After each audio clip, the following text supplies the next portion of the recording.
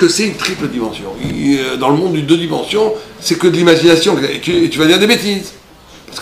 Parce que tu vas projeter un savoir structuré par une certaine réalité qui pressent une autre réalité, et c'est ça l'idolâtrie.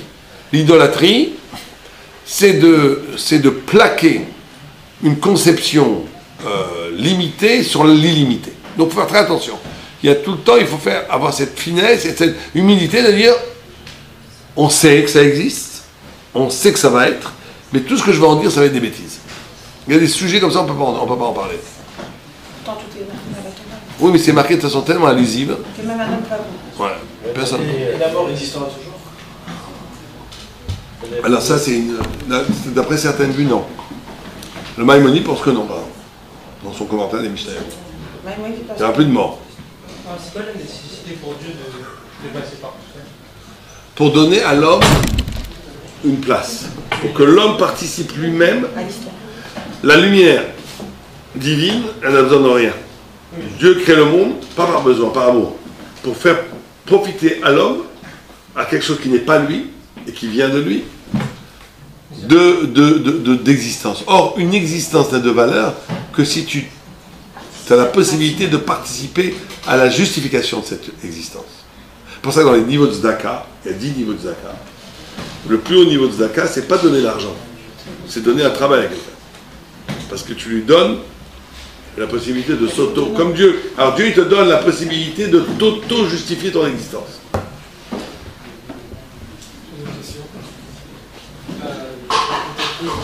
Pourquoi le Rambam il cite pas le Rashi sur les Shemot qui doivent... Vous ne connaissez pas Rashi, Rambam. Et c'est quoi les guerres d'Hachem? Comment? Dans les Rotmelarim, Rambam dit que le Mashiach il doit faire les guerres d'Hachem. C'est quoi exactement? C'est la guerre du sens. Il y aura aussi une guerre à un moment donné, mais ça sera... Ça aussi, c'est effrayant de voir ça. Ah oui, parce que c'est ça. La guerre va durer 3 heures. Ouais. Où on va être assiégé. Et il y aura des centaines de milliers de morts. Si c'est pas la mort atomique, on ne sait pas ce que c'est. Il faut faire attention aussi.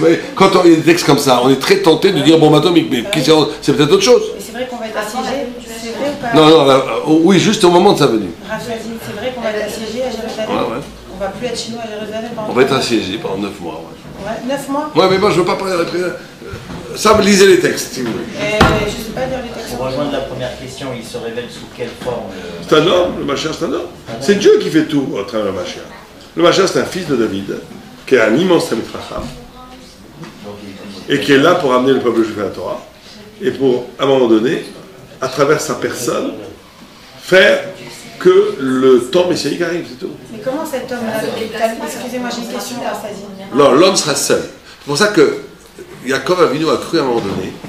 Il s'est trompé. C'est pour ça que quand je dis j'aime beaucoup les Chabad, mais je dis si Yaakov s'est trompé, vous êtes aussi peut-être vous aussi trompé. Pourquoi? Parce que Yaakov Avinu, il a vu à un moment, il a cru que c'était qui était le Mashiach. Vous savez qui c'est qui a cru que c'était le Mashiach? Personne ne sait. Quand il a dit Neshuatra Kiviti Hashem, Shimshon, parce qu'il a vu que Shimshon se battait seul contre des milliers de personnes. Et quand il a vu que lui aussi est mort, il a dit les choix attractivité Hachem, je ne peux espérer qu'en Dieu. Je ne pourrai jamais savoir quel Hachem. C'est une grosse couchia pour ceux qui pensent qu'un homme qui est mort est le Mashiach. C'est un midrash péfoirage comme ça. Et donc personne ne peut savoir qui est le Messie. Personne. Mais c'est un homme. Mais bien sûr, c'est un homme. Mais Dieu, il peut faire ce qu'il veut avec n'importe qui. Comment il peut être Talmid Raham, comment il peut être le Mashiach et être aujourd'hui dans un contexte où vous dites que c'est Rome, c'est le néant, il n'y a rien? Comment il trouve sa source de Torah? Il aura peut-être étudié avant. Il a peut-être étudié avant. Et peut-être que Rome, c'est Rome symbolique. Peut-être que Rome existe. Peut-être que Rome existe à Jérusalem.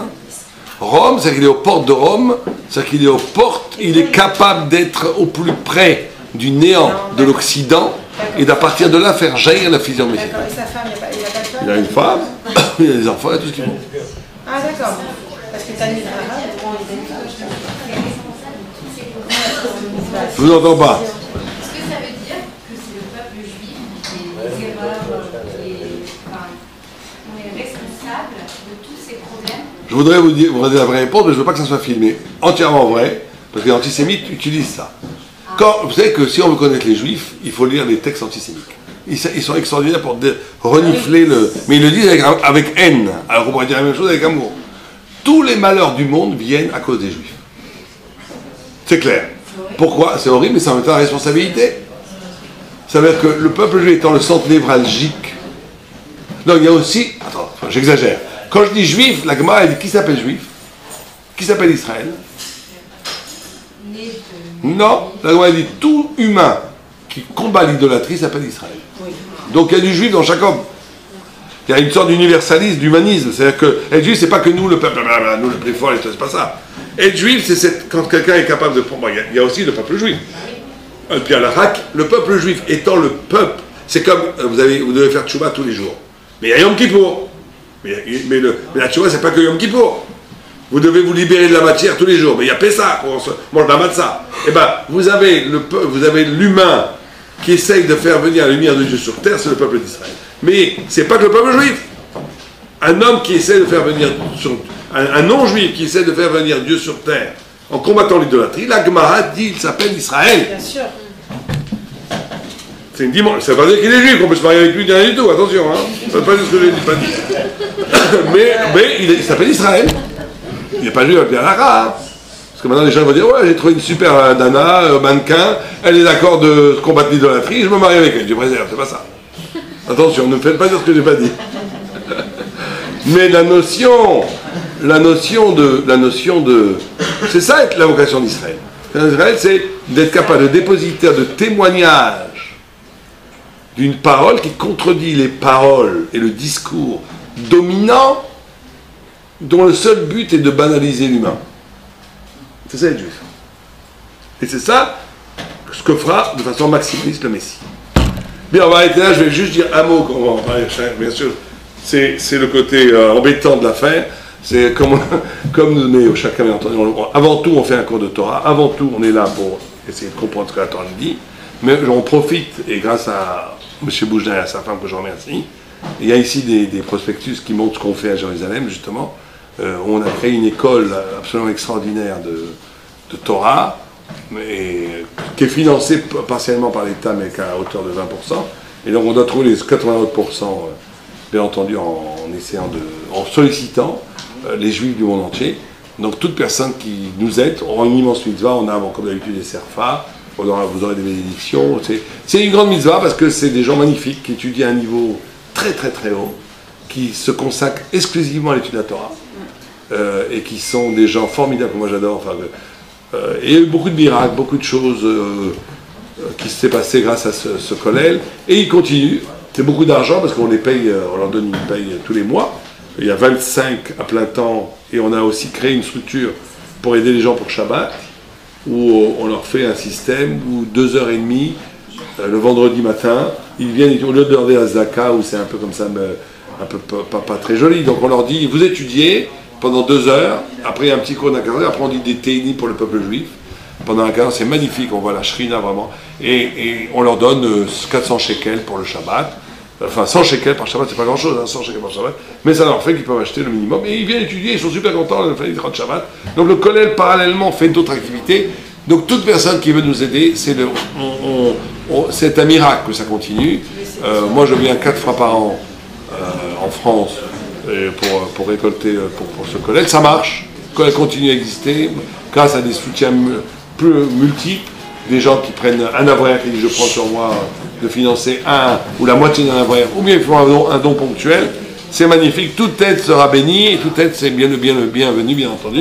Mais je répète, avant tout, l'important c'est le cours, que personne ne se sente obligé de quoi que ce soit. Je suis très content que vous soyez venus, qu'on a fait un cours ensemble. Ceux qui veulent aider le kollel seront bien entendu le bienvenu. Amen, Kinyaratson, et merci. Merci à M.